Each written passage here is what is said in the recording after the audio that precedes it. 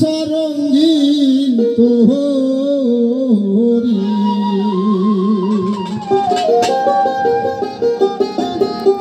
আমারে নানি বারে নালো যাইতাম বাপের বাড়ি আমারে নানি বারে নালো যাইতাম বাপের বাড়ি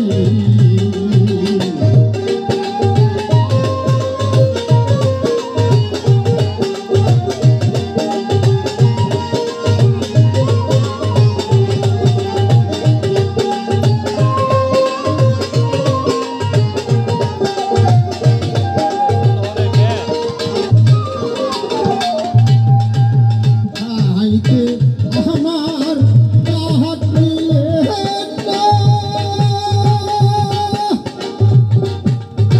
মহাজি তোহর নাই সাহারি ছুইলে গোরে ঘুমাসে না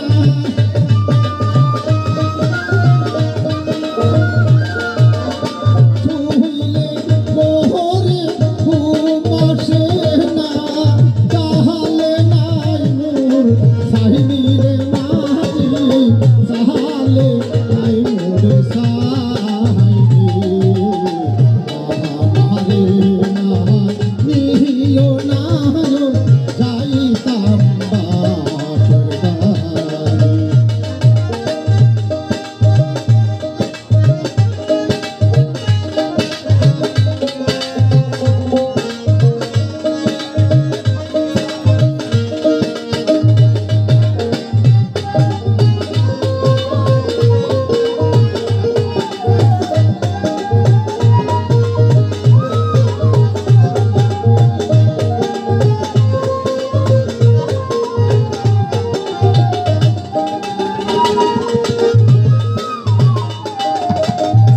এই গাজুদি দাদাই নাহায়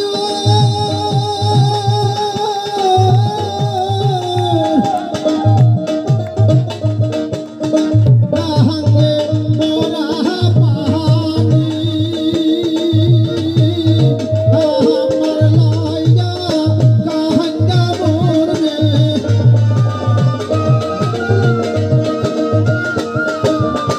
আমার লাইয়া কাহাঙ্গা মোরবে আমার মারো মোহনি রে মাদি ভাই আমার মারো আমারে না নিবানায় যাইতাম বাপের বাড়ি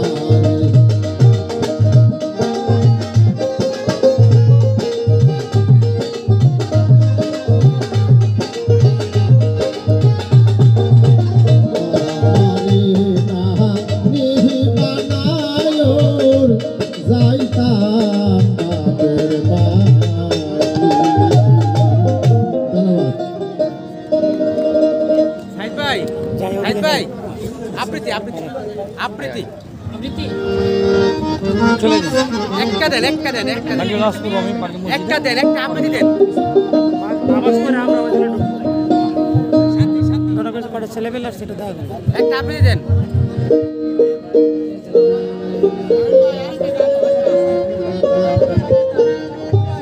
আমরা গান শুনছি আশ্চর্যের বিষয় আমরা ব্রহ্মপুত্রকে নিয়ে গান করছি কবিতা বলছি কিন্তু এখানে যারা উপস্থিত রয়েছেন আমি সবাইকে বলবো বিনীতভাবে আপনারা নিচের দিকে তাকান আমরা যে জায়গায় বসেছি যে মাটিতে বসেছি যে মাটির উপরে আমরা বসেছি এটা কি প্রকৃতপক্ষে মাটি থাকার কথা ছিল এখানে কি বালি থাকার কথা ছিল আমরা বসেছি নদীর বাঁধের নিচে এটা হচ্ছে ব্রহ্মপুত্র নদীর বুক এটা হচ্ছে ব্রহ্মপুত্র নদীর পেট এটা হচ্ছে ব্রহ্মপুত্র নদীর উরুসন্ধু এটা হচ্ছে ব্রহ্মপুত্র নদীর কলিজা সেই ব্রহ্মপুত্র নদীর শরীরকে কেটে খণ্ড বিখণ্ড করা হয়েছে আমরা বসে আছি ব্রহ্মপুত্র নদীর উপর ব্রহ্মপুত্রের চরের উপর এবং দুই পাশে যে বালি সন্ত্রাস করা হচ্ছে সেই বালির উপর এবার আমরা একটি কবিতায় চলে যাব কবিতা পড়ার জন্য ডেকে নিচ্ছি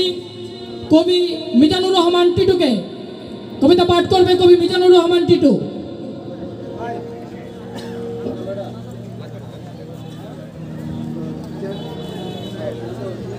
ভাই আরেকটু বাস ঠিক আছে ফ্রেম ঠিক আছে আপনার। কেউ কথা রাখেনি। ছেলেবেলায় এক দুষ্টমি তার আগমনী গান হঠাৎ থামিয়ে বলেছিল, শুক্লা দ্বাদশীর দিন অন্তরাটুকু শুনিয়ে যাবে। তারপর কত চন্দ্রভোগ অমাবস্যা এসে চলে গেল, কিন্তু সেই দুষ্টমি আর এলো না। 25 বছর প্রতীক্ষায় আছি। মামাবাড়ির মাঝে নাদের আলী বলেছিল, বড় হো দাদা ঠাকুর, তোমাকে আমি 3 প্রহরের বিল দেখাতে নিয়ে যাব, যেখানে পদ্ম ফুলের মাথায় সাপ আর ভ্রমর খেলা করে। নাদের আলী, আমি আর কত বড় হব? আমার মাথায় গড়ের ছাদ ফুরে আকাশ স্পর্শ করলে তারপর তুমি আমায় 3 প্রহরের বিল দেখাতে নিয়ে যাবে। একটাও রয়্যাল গলি কিনতে পারিনি কখনো। লাঠি লজেন্স দেখে দেখে চষেছে লস্কর বাড়ির ছেলেরা। ভিখারির মতন চৌধুরীদের গেটে দাঁড়িয়ে দেখেছি ভিতরে রাস উৎসব। অবিরল রঙের দাঁড়ার মধ্যে সুবর্ণ কঙ্কন ভরা ফর্সা রমণীরা কত রকম আমাদের এসেছে, আমার থেকে ফিরেও চাইনি। বাবা মার কাছে বলেছিলেন, দেখিস একদিন আমরাও। বাবা এখন অন্ধ, আমাদের দেখা হয়নি কিছু। সেই রয়্যাল গলি, সেই লাঠি লজেন্স, সেই রাস উৎসব আমার কেউ ফিরিয়ে দেবে না। বুকের মধ্যে সুগন্ধি রুমাল রেখে বরুণা বলেছিল, যেদিন আমায় সত্যিকারের ভালোবাসবে সেদিন আমার বুকেও এরকম আতরের গন্ধ হবে। ভালোবাসার জন্য আমি হাতের মুঠোয় প্রাণ নিয়েছি। দুরন্ত শাড়ির চোখে বেঁধে দিয়েছি লাল কাপড়। বিশ্ব সংসার তন্ন তন্ন করে খুঁজে এনেছে 108টা নীলপদ্ম। তবু কথা রাখিনি বরুণা, এখন তার বুকে শুধুই মাংসের গন্ধ। এখন সে যে কোনো নারী। কেউ কথা রাখেনি। 33 বছর কাটল, কেউ কথা রাখেনি। কেউ কথা রাখে না, কেউ কথা রাখে না। ধন্যবাদ। নদীকে কিভাবে বাঁচানো যায়, নদীকে কিভাবে তার হারানো যৌবন ফিরিয়ে দেওয়া যায়, আমরা প্রশাসনের কাছে এই কথাটি পৌঁছে দিতে চাই। আপনারা যখন পুনরায় নদী নিয়ে বসবেন, আপনারা যখন পুনরায় আবার প্ল্যানিং করবেন, ব্রহ্মপুত্রের 2 তীরের মানুষ নিয়ে বসতে হবে। টেবিলে টেবিলে টেবিলের নিচ দিয়ে ফাইল পাস হবে, টেবিলের উপর দিয়ে ফাইল পাস হবে। ব্রহ্মপুত্র নদীতে কোনো পানি থাকবে না। ময়মনসিংহের মানুষ, ব্রহ্মপুত্রের 2 তীরের মানুষ এইসব মেনে নেবে না।